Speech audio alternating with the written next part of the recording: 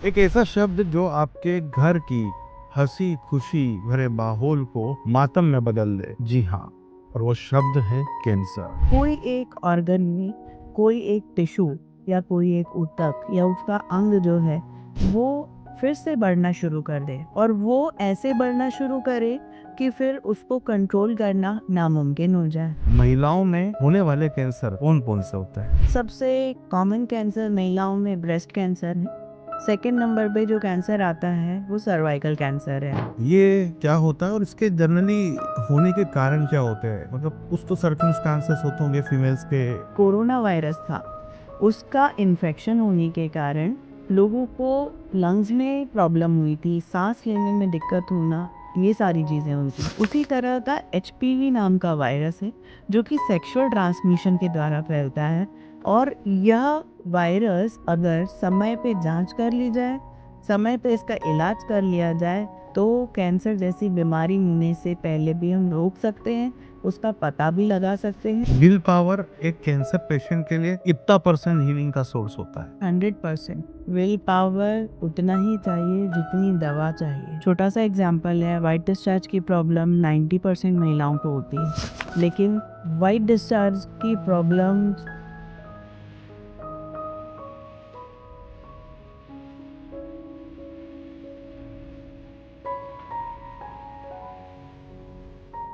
नमस्कार दोस्तों, मैं आपका दोस्त रंजन राठी, आपका दोस्त, आपका होस्ट एक बार फिर एक नए टॉपिक पे एक नया पॉडकास्ट लेके आया हूँ। एक ऐसा शब्द जो आपके घर की हंसी खुशी भरे माहौल को मातम में बदल दे। जी हाँ, और वो शब्द है कैंसर।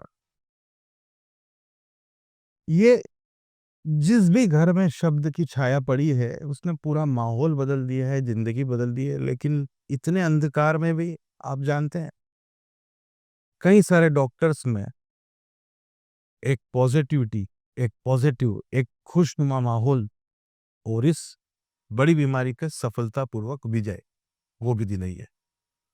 बट आज हम बात करेंगे, कैंसर तो कई तरीके के होते हैं, लेकिन इसमें भी हम आज बात करेंगे महिलाओं में होने वाले कैंसर की। क्या अंधविश्वास है, क्या गलतफहमियां हैं, लोग कैंसर पेशेंट को फैमिली मेंबर्स किस तरीके से ट्रीट करते हैं, उनकी क्या सोच है, और वो तमाम मिथ को आज हम तोड़ेंगे और क्या चीजें जरूरी है उनको जोड़ेंगे। उसी विषय में आज हमारे स्टूडियो में मौजूद है doctor Renu Sharma. Ma'am gynaec cancer में डील करते हैं और अब जानते हैं कि कौन कौन सी वो चीजें हैं जो आप इस पॉडकास्ट में सुनने के बाद आपको कैंसर जैसे शब्द का भय कम भी करेगा और उससे लड़ने के लिए मोटिवेट भी करेगा। तो स्वागत करता हूं मैम, नमस्कार। सबसे पहले हम दर्शकों के सामने एक ही प्रश्न पूछना चाहेंगे कि महिलाओं में होने वाले कैंसर कौन कौन से होते हैं? Ranjan ji, thank you for having me. सबसे पहले तो मैं बहुत धन्यवाद करना चाहती हूँ आपका कि आपने मुझे बहुत गंभीर विषय पे बात करने के लिए बुलाया है। और जैसा कि आपका प्रश्न है, महिलाओं में होने वाले कैंसर, सबसे कॉमन कैंसर महिलाओं में ब्रेस्ट कैंसर है। सेकंड नंबर पे जो कैंसर आता है वो सर्वाइकल कैंसर है। सर्वाइकल कैंसर गर्भाशय की ग्रीवा को कहते हैं, उसका कैंसर सबसे ज़्यादा कॉमन है महिलाओं में। इसके बाद गर्भाशय का, ओवरी या अंडाशय का कैंसर और वल्वा या वजाइना का कैंसर। इस तरह से महिलाओं में ये 4 प्रकार के कैंसर सबसे ज़्यादा कॉमन है। कैंसर जैसे दूसरे कैंसर होते हैं तो ये कुछ होता होगा कि पर्टिकुलर किसी ऑर्गन में कुछ एक्स वाई जेड डेवलप हो रहा है, तो ये बेसिकली ये कैंसर है क्या? मतलब इसमें क्या होता है पर्टिकुलर उस ऑर्गन में?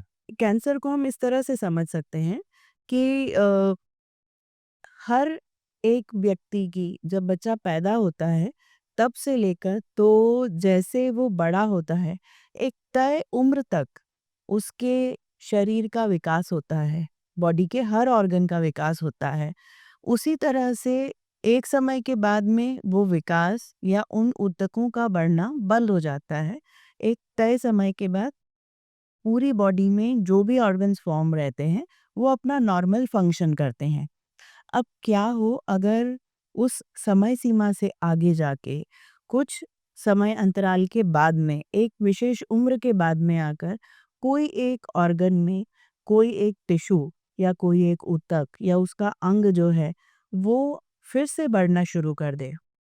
और वो ऐसे बढ़ना शुरू करे कि फिर उसको कंट्रोल करना नामुमकिन हो जाए। शरीर में हर एक ऑर्गन को पर्टिकुलर कुछ एनर्जी की रिक्वायरमेंट होती है। लेकिन अगर वो एनर्जी सारी की सारी वो टिश्यू जो कि एब्नॉर्मल बढ़ रहा है, बिना किसी रोकथाम के, वो सारी एनर्जी खींच लेता है। तो इसलिए बॉडी में एनर्जी की कमी, थकान या वीकनेस होना, वज़न कम होना, भूख कम लगना, ये सबसे प्रारंभिक हर कैंसर के लक्षण होते हैं। और इसी कारण से मरीज़ को अचानक से वीकनेस, कमज़ोरी, वज़न कम होना और अपनी बॉडी में असामान्य ग्रोथ का होना, ये फ़ील होने लगता है।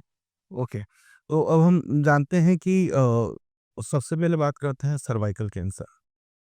ये क्या होता है और इसके जनरली होने के कारण क्या होते हैं? मतलब कुछ तो सर्कमस्टांसेस होते होंगे फीमेल्स के, जो मोटा-मोटा तौर पे लोग मतलब हम बोल सकते हैं कि अगर इस सिचुएशंस में कोई फीमेल गुज़र रही है तो माइट बी पॉसिबल कि वो होंगे। तो वो कौन से चीज़ें होती हैं? जी, बिल्कुल।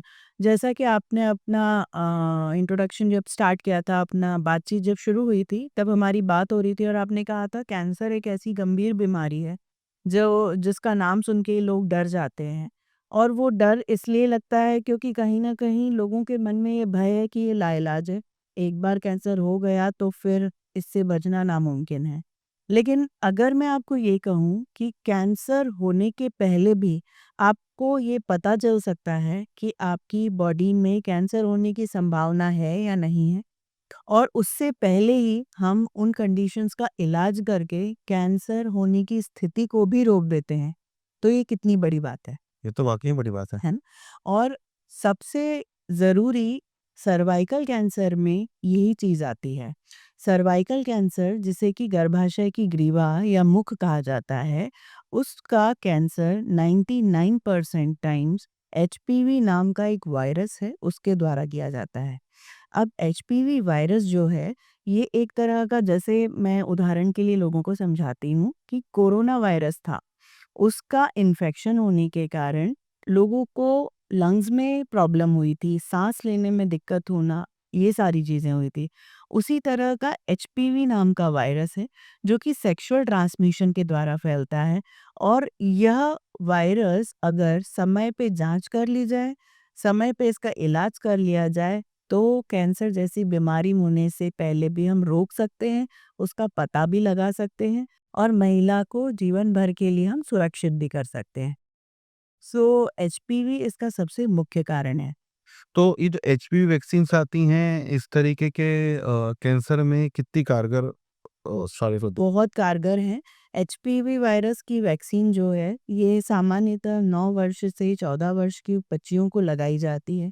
यही वो उम्र होती है जब सबसे ज़्यादा इम्यूनिटी भी हाई होती है, और यही वो उम्र होती है जब बच्चियाँ अपनी बॉडी में इस एक पर्टिकुलर वायरस के लिए पूरी लाइफ टाइम के लिए इम्यूनिटी एक्योर कर सकती हैं। तो कि उससे अधिक उम्र के लोगों के लिए इस वैक्सीन के 3 डोज़ेज़, और 9 से 14 वर्ष की उम्र की बच्चियों के लिए इसके 2 डोज़ेज़ सामान्यतः अवेलेबल हैं और बहुत सुरक्षित हैं। तो बचपन की उम्र में या छोटी उम्र में गर्ल चाइल्ड को ये वैक्सीन दिया जाता है ताकि इस ये बेसिकली उसी के सेफ्टी के लिए है कि आगे चल के सर्वाइकल का आज की तारीख में आपने जो बताया डर, कैंसर शब्द का डर, ये बहुत बड़े लेवल पे लोगों को है। अब हम दर्शकों के सामने एक ये चीज़ प्रश्न ज़रूर रखना चाहेंगे कि आज किसी को डिटेक्ट हो जाता है कैंसर, तो उसको क्या स्टेप्स फॉलो करना चाहिए? क्योंकि जब घर में पता चलता है कि दादी को कैंसर है या नानी को कैंसर है, तो उनके पूरे फैमिली मेंबर्स के लिए तो हड़कंप मच जाती है। दूसरा, उनको ट्रीट करने का तरीका, उनसे बात करने का तरीका, उनको अलग-थलग रखना, उनके बर्तन, कपड़े सब अलग रखना और न जाने क्या-क्या, जो उस लेडी ने ज़िंदगी में कभी सोचा नहीं होगा, शायद उसको उस दौर से गुज़रना पड़ता है। तो हम ये चाहते हैं कि दर्शकों को ये तो पता चले कि एक अगर किसी व्यक्ति को कैंसर डिटेक्ट हुआ है, तो उसके बाद उसको क्या चीज़ों का ध्यान रखना चाहिए और ये जो सामाजिक में जो सब फैला हुआ है ट्रीटमेंट, क्या ये सही है या ये गलत है? ये बहुत अच्छा प्रश्न पूछा है आपने। जैसे ही कैंसर डिटेक्ट होता है, तो सबसे पहले ना सिर्फ मरीज़ खुद बहुत डरा हुआ होता है, उसके साथ ही उसका पूरा परिवार भी डरा हुआ होता है। देखिए अगर कोई प्रॉब्लम है, तो हमारे पास में 2 ऑप्शंस होते हैं। या तो हम उससे डर के भाग जाएँ या डट के उसका सामना करें। कैंसर जैसी बीमारी अगर आप डर के भाग जाएँगे, तो हम सभी को पता है कि बढ़ेगी। तो डट के सामना करने के अलावा अपने पास दूसरा कोई ऑप्शन नहीं है। अब ऐसी स्थिति में यदि हम मरीज़ को अकेला छोड़ दें, एक कमरे में अलग कर दें, उसके खाने, पहनने के कपड़े सारी चीज़ें अलग-थलग कर दें, तो वो पहले ही अपने शरीर में होने वाले अंतर से जूझ रहा है, अपनी तकलीफ़ों को ऑलरेडी फ़ेस कर रहा है और आपने उसको उस तकलीफ़ में पूरी तरह से अलग कर दिया। तो ये उसके लिए इमोशनली, साइकोलॉजिकली सबसे बड़ा नेगेटिव पॉइंट है और ये एज़ अ कैंसर सर्जन मेरे पिछले 10 सालों की प्रैक्टिस का एक सबसे बड़ा निचोड़ है। मैंने कई सारे पेशेंट्स को पॉजिटिव विल पावर और पॉजिटिव माइंडसेट के साथ में कैंसर जैसी गंभीर बीमारी को भी बहुत आगे की स्टेजेस में भी हराते हुए देखा है। पर ये वो अकेले नहीं कर पाते, पूरी फैमिली का साथ चाहिए। और इसके लिए फैमिली को ये जानना ज़रूरी है कि आप अगर खाने-पीने, पहनने के कपड़ों और इनसे कैंसर नहीं फैलता। कैंसर के कीटाणु शरीर में खुद ही बन रहे हैं और शरीर के ऊतकों में, कोशिकाओं में खुद ही अपने आप ही चेंजेज़ आ रहे हैं। इसका किसी को हाथ लगाने से, किसी का जूठा खाने से नहीं फैलता है। तो ये सारे मिथ्स हैं। कैंसर पेशेंट को सबसे ज़्यादा पॉज़िटिव माइंडसेट और पॉज़िटिव सपोर्ट की ज़रूरत होती है। इस समय चाहिए कि फैमिली मेंबर्स, उनके साथ के जो लोग हैं, वो पूरी मज़बूती से उसके साथ खड़े रहें। कैंसर का इलाज लंबा होता है। कैंसर जैसी बीमारी के लिए बैटरी ऑफ टेस्ट होते हैं, कई सारी जांचें की जाती हैं क्योंकि ये एक ऐसी बीमारी है जो बहुत तेजी से शरीर में फैलती है। तो इसके लिए कहाँ तक फैली है, कौन सी स्टेज में आई है और किस स्टेज तक हमको इसको ट्रीट करना है, उसके लिए हमें अलग समय पे अलग-अलग टेस्ट करने होते हैं, जो कि बहुत ज़रूरी होते हैं। कई बार मरीज़ उन टेस्ट से भी घबराते हैं। तो डरने की ज़रूरत नहीं है। अगर आप दुश्मन को पूरी तरह से पहचान लोगे, तो ही तो आप उसका मुकाबला कर पाओगे। सही। तो ये सबसे ज़रूरी है। टेस्ट से नहीं डरना है, जाँचें पूरी तरह है, अपने डॉक्टर की सलाह माँगनी। दूसरी चीज़ नियमित रूप से धूप में बैठना, वॉक करना, नॉर्मल सिंपल फिज़ियोथेरेपी या एक्सरसाइज़ अगर नहीं कर पा रहे हैं, तो घर में बैठकर पैरों में गरम तेल की मालिश की जा सकती है। थोड़ा-सा प्राणायाम, डीप ब्रीदिंग, ये बहुत छोटी-छोटी सी एक्सरसाइज़ेज़ हैं, जो बैठकर नहीं तो लेटकर भी की जा सकती हैं और ये बहुत पॉज़िटिव इम्पैक्ट डालती हैं पेशेंट की हीलिंग में। दवाइयाँ जो होती हैं वो नॉर्मली मरीज़ के उन टिश्यूज़ को किल करने के लिए, मारने के लिए होती हैं। तो दवाइयाँ पर्टिकुलरली उस बीमारी को तो मार ही रही हैं, लेकिन उसके साथ-साथ वो हमारे शरीर में भी कुछ पोर्शन जो हैं, उसको ऊर्जा को कम करती है। इस समय high protein diet, high energy, अच्छी एनर्जी वाला खाना और उसी के साथ-साथ खूब सारा पानी पीना, प्राणायाम, योगा और मेडिटेशन जैसी चीज़ें करके, पॉज़िटिव बातें करके, कुछ अच्छा लिटरेचर पढ़ के आप अपने उस कठिन समय को आसानी से निकाल सकते हैं। तो ये बात तो तय है कि आज की तारीख में पहले तो ऐसा नहीं होता था लेकिन आज की तारीख में तो कैंसर के इलाज हैं और कई सारे लोगों ने सफलतापूर्वक उस बीमारी को हराया भी है। हराना शब्द ज़्यादा सही रहेगा क्योंकि इससे लड़ना पड़ता है। एक चीज़ मेरा प्रश्न ये है कि विल पावर जो है, इस डिसीज़ में कितना परसेंट काम करता है? क्योंकि हायर एज पे एक व्यक्ति जो अपनी सारी लाइबिलिटी कंप्लीट करके बैठा है, पूरी दुनिया देख के बैठा है, उसके लिए आगे जीने का वो खुद ये सोचता है कि मैं तो ब्याज में जी रहा हूँ, मतलब जितने दिन बचे बस निकालना चाहता हूँ। ऐसे टाइम पे विल पावर जनरेट करना, और विल पावर एक कैंसर पेशेंट के लिए इतना परसेंट हीलिंग का सोर्स होता है। 100% विल पावर उतना ही चाहिए जितनी दवा चाहिए। सो ज़रूरी है कि व्यक्ति अपने जीने के साधन, अपने जीने के कारण ज़रूर से ढूँढे, और हो सकता है कि वो लोगों के लिए आशा की किरण बने कि इस एज में जाकर भी वो इस बीमारी को इतनी स्ट्रॉन्गली हरा पाए हैं। तो यंग लोग, जैसे कि आज हम देख रहे हैं कि बहुत सारे यंग बच्चों में, यंग फीमेल्स में कैंसर जैसी गंभीर बीमारी हो रही है, जिनकी अभी फैमिली स्टार्ट नहीं हुई, शादी भी नहीं हुई है। ऐसी गर्ल्स में या ऐसी फैमिलीज़ में जब पता चलता है कि बच्ची को कैंसर जैसी बीमारी आई है, तो पूरी फैमिली वैसे ही टूट जाती है। तो वहाँ हर एक इंसान पॉजिटिव माइंडसेट और विल पावर के साथ में अगर उस बीमारी से लड़ेगा, तो 100% सक्सेसफुल होगा। अब यहाँ पे अभी आपने बताया कि विल पावर भी उतना ही ज़रूरी है जितना कि मेडिसिन। हम अब बात कर रहे हैं, आपके इस स्टेटमेंट से हम बात कर रहे हैं कि दुआएँ और मेडिसिन के मिक्सचर से।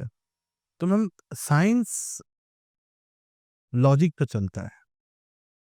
तो हम ये जानना चाहेंगे कि इसके पीछे लॉजिक क्या है कि विल पावर 50% काम कर रहा है, जैसा 50% मेडिसिन काम कर रही है? बिल्कुल, ये बड़ा कंट्रोवर्शियल क्वेश्चन भी है, लेकिन ये हर एक कैंसर स्पेशलिस्ट की अगर मैं बात करूँ, तो वो इस बात को जानते हैं। देखिए, जैसा कि हम सभी जानते हैं कि कैंसर का ट्रीटमेंट, उसकी जाँचें, जब से बीमारी डायग्नोस होती है, तब से लेके पूरा क्योर होके और पेशेंट को नॉर्मल रूटीन जॉइन करने में कम से कम 6 महीने से साल भर के बीच में लगता है। ये एक लंबा टाइम पीरियड है।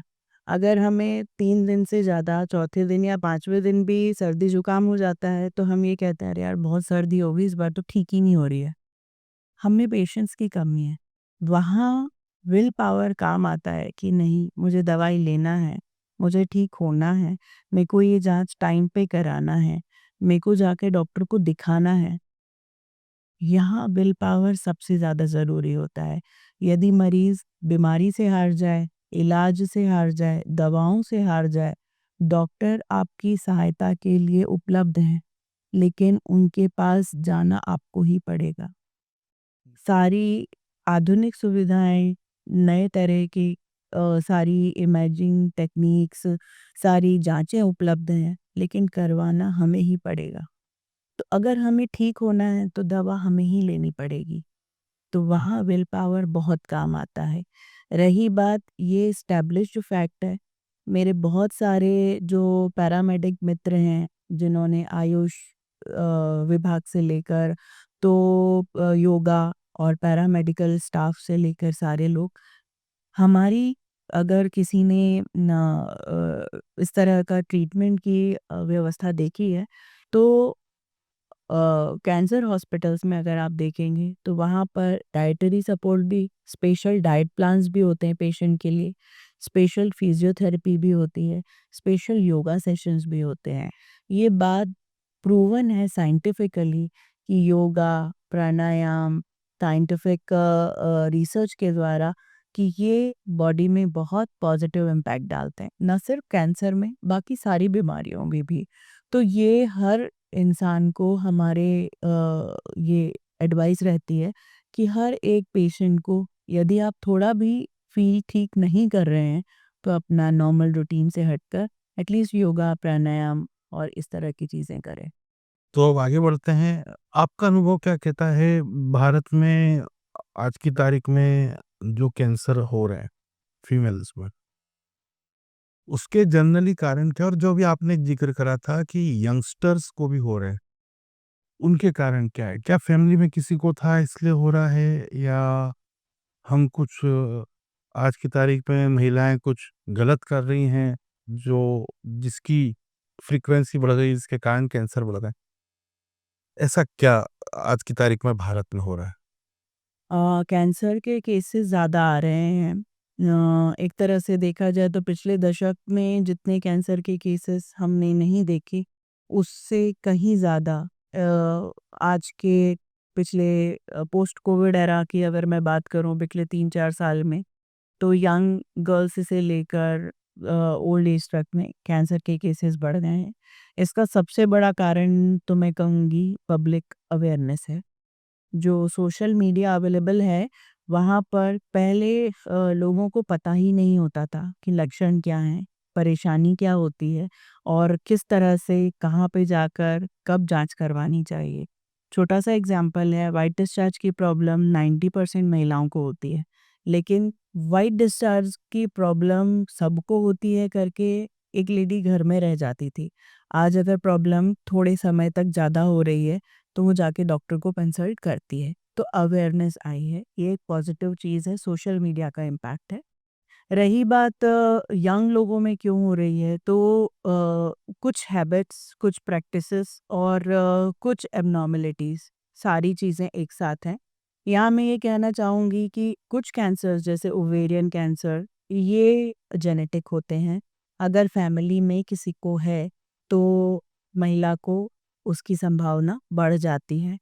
दूसरी चीज़ अगर हम बात करें सर्वाइकल कैंसर की, तो जैसा कि मैंने बताया कि एचपीवी वायरस के द्वारा ये कैंसर होता है और एचपीवी वायरस का कंटैमिनेशन सेक्सुअली ट्रांसमिटेड होता है। तो सेक्सुअल इंटरकोर्स के द्वारा ये कैंसर फैलता है।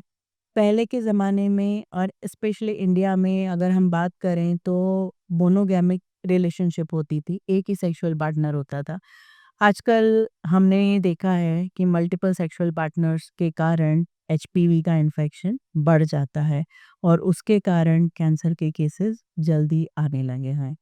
इसके अलावा खान-पान, लाइफ़स्टाइल, जिस तरह के हम फूड स्पेशली जो प्रिज़र्वेटिव और एडल्टेंट्स के साथ में फूड हैं, वो सारी चीज़ें भी हमारी बॉडी में जाकर कहीं न कहीं नुकसान पहुँचा रही है। तो ये भी एक बहुत बड़ा रीज़न है।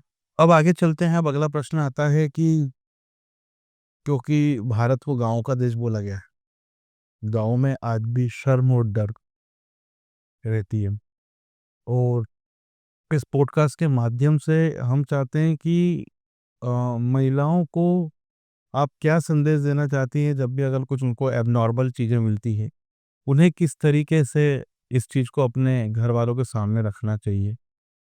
क्योंकि कई बार ऐसा होता है कि जेंट्स सुनने के लिए भी तैयार नहीं होते इन चीज़ों पे बात, बट उनको बाकी सब करना है।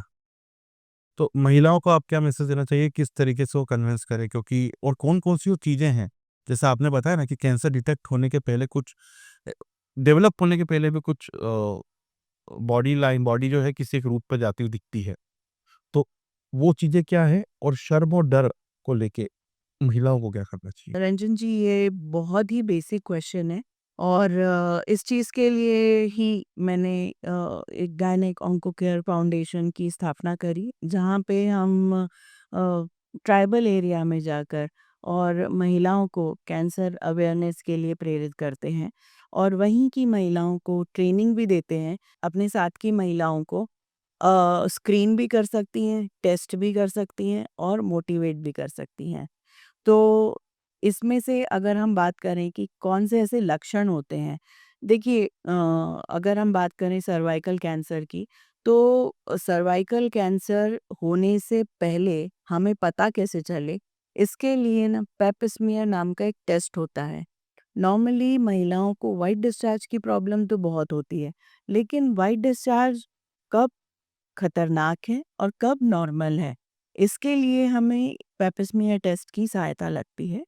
पेप स्मीयर टेस्ट में ये देखा जाता है कि कौन-सी टिश्यू एब्नॉर्मल है, अगर कहीं इन्फेक्शन आ रहा है या कोई एब्नॉर्मैलिटी आ रही है, तो हम उसके लिए डॉक्टर के पास जाकर ट्रीटमेंट लेंगे और वो ट्रीटमेंट लेने से महिला पूरी तरह से सुरक्षित हो जाती है। नॉर्मली गवर्नमेंट के द्वारा ये कहा जाता है कि 26 साल से 65 वर्ष की उम्र तक की हर महिला को हर 3 साल में एक बार पेप स्मीयर का टेस्ट करवाना चाहिए, ताकि आपको अपने शरीर की जानकारी मिलती जाए। जैसा कि हम शहरों में देखते हैं, साल में 1 बार हर व्यक्ति अपना जनरल चेकअप, बॉडी चेकअप कराता है। हाँ। उसमें हम ब्लड टेस्ट कराते हैं, यूरिन टेस्ट कराते हैं, ईसीजी कराते हैं, कभी-कभी एक्स-रे भी कराते हैं। ये बहुत बेसिक से टेस्ट होते हैं। इसी के साथ-साथ महिलाओं को, यदि वो 26 वर्ष से अधिक की महिला है, गर्भवती नहीं है और मेंस्ट्रुएटिंग या पीरियड्स मासिक धर्म में नहीं है, तो ऐसी स्थिति में उन्हें जाकर अपना पेप स्मीयर टेस्ट भी ज़रूर कराना चाहिए। लक्षण की अगर हम बात करें, तो जैसे हमारी बॉडी कुछ संकेत देती है, उसमें सबसे पहले मैंने बताया था, बहुत ज़्यादा वीकनेस लगना, अचानक से वज़न कम होना। अचानक से का मतलब है कितना वज़न? 1 महीने में 5 से 6 किलो के करीब वज़न कम हो जाना। इतनी तेज़ी से वज़न कम होता है। इसी के साथ-साथ बाकी लक्षण जैसे कि अत्यधिक रक्तस्राव होना, मासिक धर्म के या पीरियड्स के बीच में भी ब्लीडिंग होना, व्हाइट डिस्चार्ज जो है वो फाउल स्मेलिंग, गंदी स्मेल के साथ में आता है, कभी-कभी उसमें ब्लड भी आता है। यदि ये समस्या महिला को हो रही है, तो वो तुरंत अपने नज़दीकी गायनेक से सलाह ले, परामर्श ले और जाँच करवाए, क्योंकि बीमारी को छुपाना, उसको अंदर ही अंदर बढ़ाना है। और जब बीमारी बढ़ जाए, उसके बाद उसका ट्रीटमेंट उतना ही लंबा और उतना ही मुश्किल होता है। तो हम चाहते हैं कि समय पर यदि आप डॉक्टर को दिखाएँ, तो आप बहुत कम समय में थोड़े से इलाज से जल्दी ठीक हो सकते हैं। ओके। आपने कई सारे हाई रिस्क कैंसर पेशेंट के साथ भी काम किया होगा। तो कोई एक किसी पे कैंसर पेशेंट की स्टोरी जो आपको बहुत ज़्यादा इंस्पायर करती कि मतलब जो आप दर्शकों से शेयर करना चाहेंगे? मेरी लाइफ में बहुत मैं यूँ कहूँ कि ब्लेस्ड हूँ कि मैं कैंसर पेशेंट्स की देखभाल और उनके ट्रीटमेंट में अपना कुछ थोड़ा-सा पार्टिसिपेशन कर पा रही हूँ। पर जैसा कि मैंने बताया, गायनेक ऑन्को केयर फाउंडेशन की मैंने स्थापना की है और इसके पीछे की एक बड़ी रोचक सी कहानी है। न जब हम लोग बात करते हैं, जब हम बड़े-बड़े कैंसर इंस्टीट्यूट्स में जाते हैं, इंडिया में भी और बाहर भी, तो सब जगह ना जाँच करने के लिए कुछ स्पेशलाइज़्ड इक्विपमेंट्स और इंस्ट्रूमेंट्स होते हैं।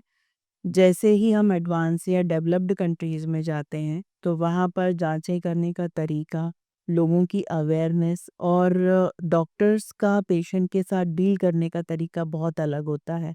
उसी तरह से इंडिया में जब हम बात करते हैं, तो मैंने जिन जगहों से पढ़ाई में अपना स्पेशलाइज़ेशन किया है, वहाँ पर हम लोगों के पास में सारी सुविधाएँ उपलब्ध होती थी और हम पेशेंट को हाई एंड इन्वेस्टिगेशंस करवा सकते थे। जब मैं इंदौर आई, मैंने यहाँ पर देखा तो बहुत सारे ऐसे अंडर प्रिविलेज्ड लोग थे, महिलाएँ थी, जिनको ना इस चीज़ों के बारे में जानकारी थी और उनके लिए बहुत बेसिक सी भी पेप स्मीयर टेस्ट की भी सुविधा हर जगह उपलब्ध नहीं थी। तो ये चीज़ जब मुझे पता चली, मैं कैंप्स और बाकी जगहों पे जहाँ मैंने देखा, तो वहाँ मैंने ये पाया कि बहुत यंग महिलाओं में भी गंभीर इन्फेक्शन जो अगर ट्रीट नहीं किया तो कैंसर बन सकता है। और इसी एक कंसेप्ट को लेकर हमने गायनेक ऑन्को केयर फाउंडेशन की स्थापना करी, जहाँ महिलाएं कुछ बोल नहीं पाती हैं, तो एटलीस्ट वो अपने ही समाज में, अपनी ही कम्युनिटी में, लोकेलिटी में कुछ एक महिलाएं होती हैं जो थोड़ी एक्टिव भी होती हैं, जो सबसे मिली हुई और सोशलाइज्ड भी होती हैं, उनके द्वारा वो बात करके एटलीस्ट अपनी जांच करा पाएँ। और इसी थॉट को लेकर हमने गायनेक ऑन्को केयर फाउंडेशन की भी स्थापना की और उन्हीं सारी महिलाओं में से एक स्टोरी ये है कि 35 साल की महिला थी जिसके 4 बच्चे थे। बहुत यंग एज में शादी हो गई थी। बहुत लंबे समय तक व्हाइट डिस्चार्ज की प्रॉब्लम थी। काफ़ी लो सोशो इकोनॉमिक स्टेटस की थी, ट्राइबल थी, लोगों से बात नहीं कर सकते, ज़्यादा जा नहीं सकते और अनफॉर्च्यूनेटली उन्हें कैंसर हो गया। जो सबसे छोटा बच्चा था वो सिर्फ़ 2 साल का था। ओह! सो ऐसी स्थिति में जब हमारा वहाँ कैंप लगा, हमने उनको नोटिफ़ाई किया, उनकी जाँच की, पता लगा कि उनको कैंसर है, उनको तुरंत इलाज के लिए सारी सुविधाएँ उपलब्ध कराई गई और 6 महीने में वो पूरी तरह से स्वस्थ होकर और अपने परिवार के पास आज नॉर्मल ज़िंदगी जी रही हैं। तो ये कहीं न कहीं मुझे लगता है कि एक फाउंडेशन की तरफ से और हमारी तरफ से हम अपना एक छोटा-सा योगदान दे पाए। अब आगे बढ़ते हैं, हम बात करते हैं कैंसर के ट्रीटमेंट की। दवाइयाँ तो होती ही हैं। अ, ये कितना परसेंट सच है कि अगर शरीर में कोई ऐसा अंग, जिसमें कैंसर हो गया हो, मतलब जिसके बिना भी जिया जा सकता है, उस अंग के हटाने का, तो कितना परसेंट ऐसा रहता है कि हमने सर्जरी करा के वो पार्ट अगर हमारे शरीर से अलग कर दिया, तो हम कैंसर से बच गए? या फिर क्या ये भी संभव है कि वो पार्ट हमारी बॉडी से हटने के बाद भी कैंसर हमारे शरीर के अंदर रहता है? अ, रंजन जी, ये ना बहुत टिपिकल क्वेश्चन है। कैंसर है, हमें पता है वो बहुत तेज़ी से फैलता है। अगर किसी को भी कैंसर डायग्नोज़ होता है, तो सबसे पहला क्वेश्चन ये आता है, या अगर आपको जान-पहचान में भी कभी पता चलता होगा कि अरे यार उसको कैंसर हो गया, तो शायद हम सभी का सबसे पहला क्वेश्चन ये होता है, अच्छा कौन-सी स्टेज का करेक्ट। है ना? स्टेज का क्या मतलब है, यहाँ पहले वो समझ लेते हैं। फर्स्ट स्टेज का मतलब होता है कि कैंसर पर्टिकुलरली एक अंग पर ही है और उसका एक छोटा-सा पार्ट ही इन्वॉल्व है। सेकंड स्टेज का मतलब है आसपास की जगह में फैल गया है। थर्ड स्टेज का मतलब है आसपास की जगह से थोड़ा ज़्यादा फैल गया है। और फोर्थ स्टेज का मतलब है पूरे शरीर में फैल गया है। अब इसमें आप मुझे बताइए कि फर्स्ट स्टेज का कैंसर जो है उसका ट्रीटमेंट आसान होगा या फोर्थ स्टेज का ट्रीटमेंट? फर्स्ट का। फर्स्ट का। फर्स्ट स्टेज का ट्रीटमेंट, जैसा कि आप समझ पा रहे हैं, जहाँ हुआ है कैंसर वो वहाँ से फैलने की क्षमता रखता है। हुँ। तो अगर हम उस पर्टिकुलर जगह को, उस पार्ट को निकाल दें, है ना? तो वो कैंसर फिर फैलने की शक्ति उसकी शायद कम हो जाएगी और ऐसी स्थिति में उसका इलाज आसान हो जाएगा। तो ये बॉडी के हर ऑर्गन पे ये बहुत छोटी-सी बात लागू होती है। ये है। फर्स्ट स्टेज का कैंसर मतलब आप मान के चल सर्जिकल ट्रीटमेंट से। ठीक हो सकता है। 100% जैसे यूट्रस कैंसर के लिए हम बोलते हैं, अगर वो फर्स्ट स्टेज का है, तो 100% ठीक हो सकता है, यूट्रस को सर्जिकली रिमूव कर दिया जाए। ब्रेन से लेकर पैर के टो तक का, कहीं का भी अगर फर्स्ट स्टेज का ट्रीटमेंट कैंसर हुआ है, तो उसको हम सर्जिकली रिमूव कर सकते हैं। सेकेंड स्टेज का कैंसर कभी-कभी कुछ जगहों पर आसपास फैलने की शक्ति बहुत ज़्यादा होती है, वो बहुत ज़्यादा फैला हुआ होता है। तो पहले दवाइयाँ देके उसको छोटा किया जाता है, फिर सर्जरी से रिमूव कराया जाता है और फिर वापस दवाइयाँ दी जाती है ताकि ये दोबारा ना हो। कुछ एक जगह है जहाँ पर कि हम सिकाई भी करते हैं ताकि रेडिएशन की द्वारा उनके कीटाणुओं को, कैंसर के टिश्यूज़ को, सेल्स को मार दिया जाए। तो ऐसे तीनों मोडालिटीज़ की अलग-अलग अपनी अप्रोच है। तो मैम, अब एक प्रश्न आता है कि जब कैंसर स्टेज 1 का, 2 का, 3 का या 4 का होता है, जो आपने सिम्पटम्स बताए, वेट लॉस और भूख नहीं लगना, थकान लगना, तो ये सिम्पटम्स जो हैं स्टेज 1 में ही आ जाते हैं या सेकंड, थर्ड स्टेज पहुँचने पे आते हैं? नहीं, ये सिम्पटम्स जो हैं ये फर्स्ट स्टेज पे ही आ जाते हैं। जैसे ही कैंसर शरीर में आएगा, तो वो स्पेशली क्योंकि एबनॉर्मल ग्रोथ कर रहा है, तो वो सबसे ज़्यादा एनर्जी कंज्यूमिंग रहेगा क्योंकि उसको 24/7 एनर्जी चाहिए। ओके। और हमारी बॉडी में हर ऑर्गन का एक साइकिल है, इसके अकॉर्डिंग उसको एनर्जी की नीड सबसे ज़्यादा होती है? उसी तरह से कैंसर क्योंकि 24 घंटे उसकी ग्रोथ हो रही है, तो वो सबसे ज़्यादा एनर्जी उस समय डिमांड करता है और इसलिए पेशेंट को 24 घंटे फर्स्ट स्टेज का कैंसर होने से पहले से भी एनर्जी कम लगना, वेट लॉस होना शुरू होना, पर्टिकुलर कुछ फूड को लेकर डिसलाइक होना और स्पेशली वेट लॉस होना, ये चीज़ें ऑलमोस्ट हर तरह के कैंसर में कॉमन है। ओके। अब जैसा आपने बताया तो सर्जरी में भी इसमें कुछ स्पेसिफिक सर्जरियाँ होती है जो लेटेस्ट टेक्नोलॉजी के थ्रू, जैसे हमने सुना है कि होल सर्जरी होती है, ओपन सर्जरियाँ होती है। कौन-सी बेस्ट है? कितने टाइम में रिकवरी हो जाती है? और आयुष्मान जो आज भारत में आयुष्मान कार्ड अवेलेबल है, तो वो कितना परसेंट इसमें कारगर है? और क्या आयुष्मान कार्ड के होने से कैंसर पेशेंट को काफ़ी फ़ायदा है? क्या-क्या फ़ायदे हैं? ठीक है। सर्जरी की अगर हम बात करें तो टेक्नोलॉजी के साथ-साथ सर्जिकल प्रोसीजर्स भी जो हैं वो इंक्रीज़ हुई हैं और उनकी गुणवत्ता में भी बहुत अंतर आया है। पहले के ज़माने में ओपन सर्जरी होती थी जहाँ बड़ा चीरा लगाकर ऑपरेशन किया जाता था। बड़ा चीरा लग रहा है तो ऑब्वियसली पेशेंट को ब्लड लॉस होगा ज़्यादा, ज़्यादा ब्लड लॉस होगा तो वीकनेस ज़्यादा आएगी, रिकवरी करने में टाइम ज़्यादा लगेगा और अगर हमें कीमो या रेडिएशन स्टार्ट करना है तो उसमें भी हमें थोड़ा समय तक वेट करना पड़ेगा घाव भरने तक के लिए। जबकि की होल सर्जरी या लैप्रोस्कोपिक सर्जरी या रोबोटिक सर्जरी जहाँ तक हम बात करते हैं, ये सर्जरीज़ छोटे-छोटे से छेद के द्वारा, नीडल्स के द्वारा की जाती है। अब क्योंकि ये सर्जरी इतने छोटे और बारीक इंस्ट्रूमेंट्स के द्वारा की जाती है, तो उसके लिए बहुत छोटे से कट्स होते हैं और उसमें कोई बहुत बड़ा चीरा नहीं लगता, तो डेफ़िनेटली कोई ज़्यादा ब्लड लॉस नहीं होता, पेशेंट को ज़्यादा वीकनेस भी नहीं आती, रिकवरी भी फ़ास्ट होती है। ये बेसिकली पूरी तरह से सेफ है, डिपेंड करता है कि पेशेंट की बीमारी किस स्टेज की है। यदि प्राइमरी स्टेज की या फर्स्ट स्टेज की बीमारी है, सर्जरी के द्वारा उसे ठीक किया जा सकता है और वो लेप्रोस्कोपी के द्वारा भी किया जा सकता है। अलग-अलग टिश्यू की अलग-अलग सर्जरी होती है। कहीं लेप्रोस्कोपी इंडिकेटेड है, जहाँ पर कि पूरी कैंसर टिश्यू को लेप्रोस्कोपी या रोबोट के द्वारा निकाल दिया जा सकता है। कहीं पर ओपन सर्जरी ही करना पड़ती है क्योंकि कैंसर की सर्जरी में सबसे ज़रूरी चीज़ ये है कि हम बीमारी को पूरी तरह से शरीर से अलग कर दें।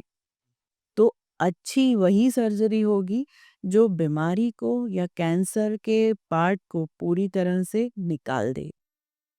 तो किसी भी कैंसर सर्जन का सबसे पहला मोटिव यही होता है कि अगर मरीज सर्जरी के लिए जा रहा है तो जहाँ कैंसर हुआ है उस पार्ट को, जहाँ जहाँ उसके फैलने की संभावना थी उस सारी जगह को पूरी तरह से साफ करके निकाल दे ताकि जितना maximum part of cancer tissue है वो हम पूरी तरह से मरीज के शरीर से बाहर कर पाएं।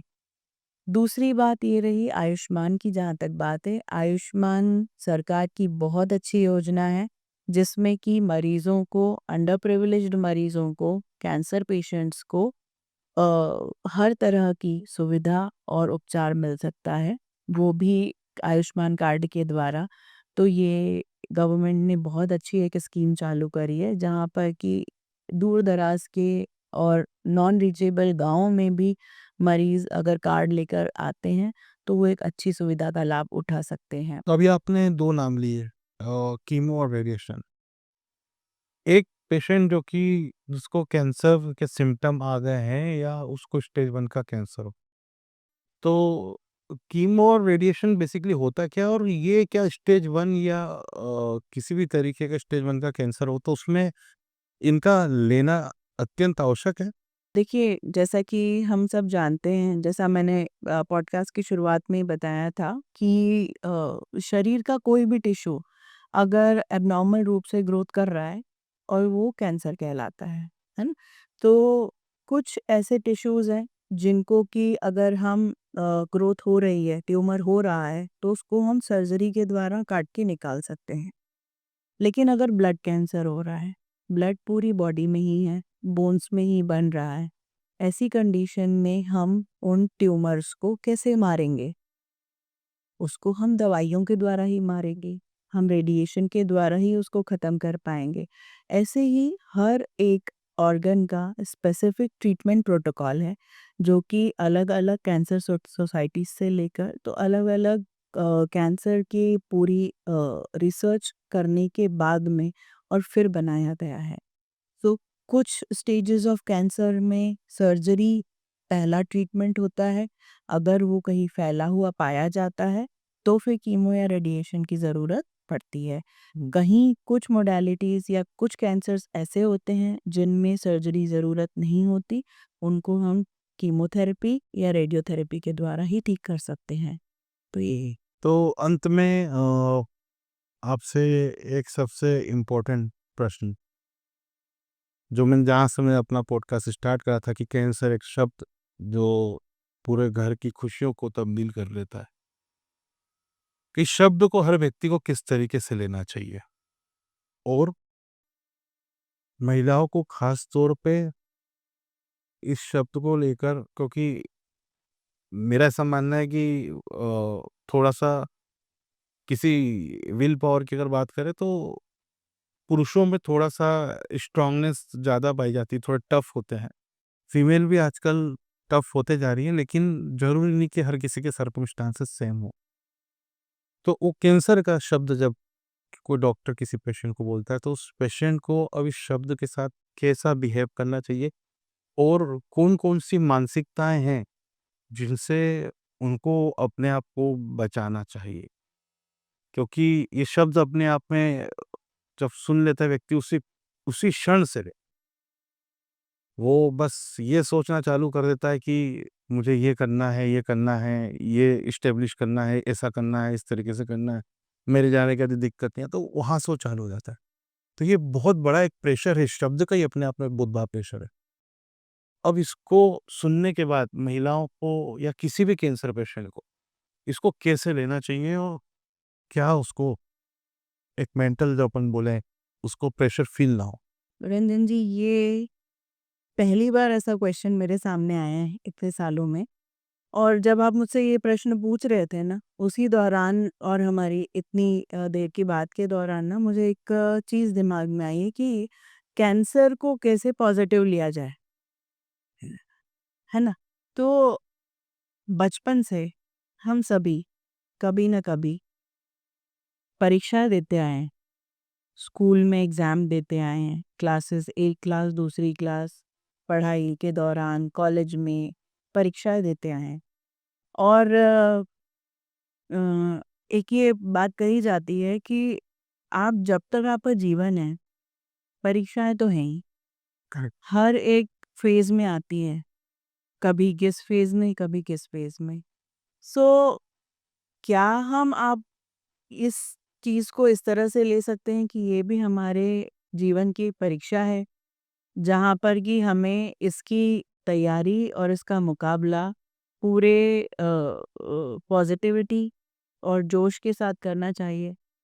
उस परीक्षा में भी हम उसी तरह से निकलेंगे, जैसे कि हम बाकी परीक्षाओं से निकले हैं। तो शायद हम एक जो पॉज़िटिव एटीट्यूड या पॉज़िटिव विल पावर है, वो रख पाएँगे। हम अगर परीक्षा के शुरू में ही ये सोच लें कि मैं फ़ेल ही हो जाऊँगा या मैं फ़ेल हो जाऊँगी, मैं परीक्षा दे ही नहीं पाऊँगी, तो शायद हम कभी आज यहाँ नहीं बैठे होते, अपने स्कूल कॉलेज की पढ़ाई ख़त्म नहीं कर पा रहे होते। आज हम वो सारी चीज़ों से भी निकले हैं। तो ये भी एक टाइम है, ये भी एक परीक्षा है, और इसमें हम सब आपके साथ हैं। पूरा समाज साथ में है, आपका परिवार साथ में है, डॉक्टर्स साथ में हैं, हर तरह की फैसिलिटी साथ में है।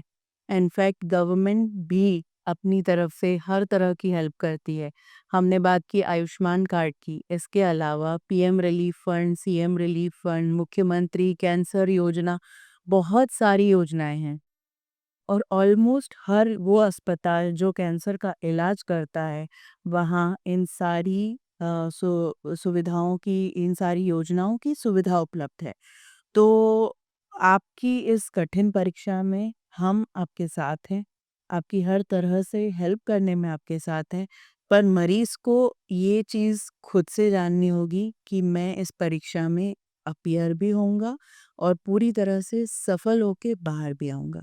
ये बहुत अच्छी आपने बात बताई मैम, और हम दर्शकों को भी कहना चाहेंगे कि कभी आपको ये शब्द, हम दुआ करते हैं कि कभी इसका सामना ना करना पड़े, मगर कभी करना भी पड़े, तो बस आप अपने उन दिनों को याद कर लेना जब आप कोई परीक्षा देते हैं।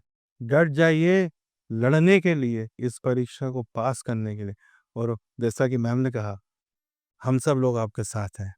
तो आज के इस पॉडकास्ट में इतना ही। अगली बार फिर एक नए चर्चे में नए मुद्दे बोलेंगे। आपका दोस्त, आपका होस्ट रंजन राठी के साथ। धन्यवाद।